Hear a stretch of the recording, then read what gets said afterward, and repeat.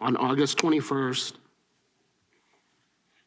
Noah died as a result of fentanyl poisoning. He was murdered by a drug dealer selling counterfeit Percocet pills. The pill he took contained 8 milligrams of fentanyl, which is 4 times the lethal dose. That was heartbreaking testimony on Capitol Hill this week. And the statistics at the border don't lie. Just in the last few months, more fentanyl has crossed U.S. borders than in 2019 and 2020 fiscal years combined. Arizona Congressman Juan Ciscomani joins us now. Congressman, thank you. It's heartbreaking, the number of Americans, especially young people, who are being poisoned by fentanyl. It is tragic, and it's tragic to see. Thank you. Good morning, Rachel. Thanks for having me on. This is a situation that we live very closely here in our state and also in my community, in my district. I have a border district in the southeastern corner of the state of Arizona, and this is something that we're living every day. Now, fentanyl overdose deaths is the #1 cause of death among young people in Pima County, which is the largest county in my district, and it's devastating. And you hear a lot of stories like the one you just played of accidental overdoses as well, because they're laced with other medications or sometimes other drugs. So this is tragic for our community, and it's tragic for our country as well. Yeah, those poor families.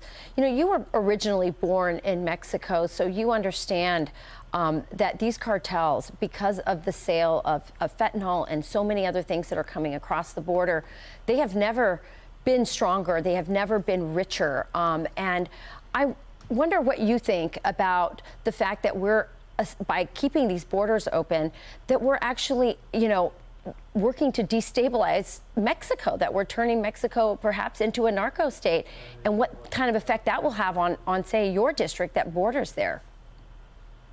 Well, as you mentioned, the rise in the power and the wealth of the cartels have really endangered both countries. This is not just something that affects one country or the other. Yes. This is something that impacts both communities. I live in the border community, and the transition back and forth for either shopping or tourism or trade, this is a natural state of being for people that live in this area of the country. And that has become impacted by this because the cartels are not only, like you mentioned, richer, but they're also very bold.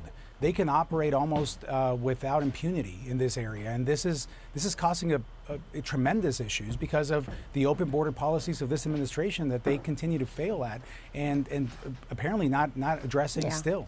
Yeah.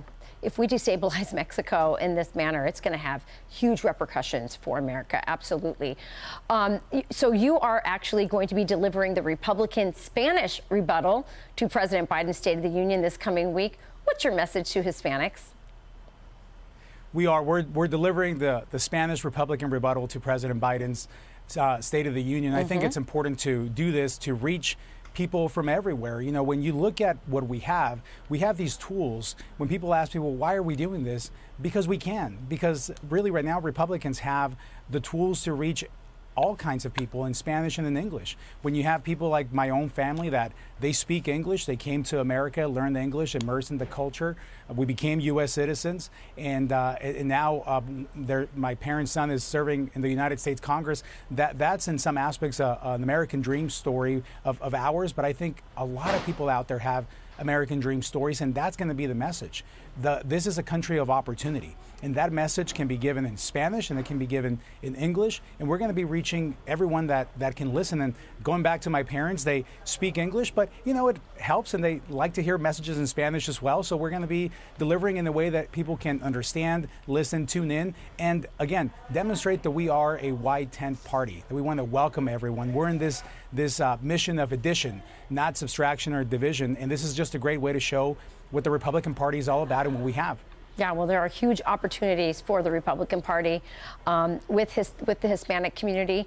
You're an example of the kinds of opportunities that the party has. So thank you so much for joining us, Congressman. We look forward to hearing your message en español next week. So thank you.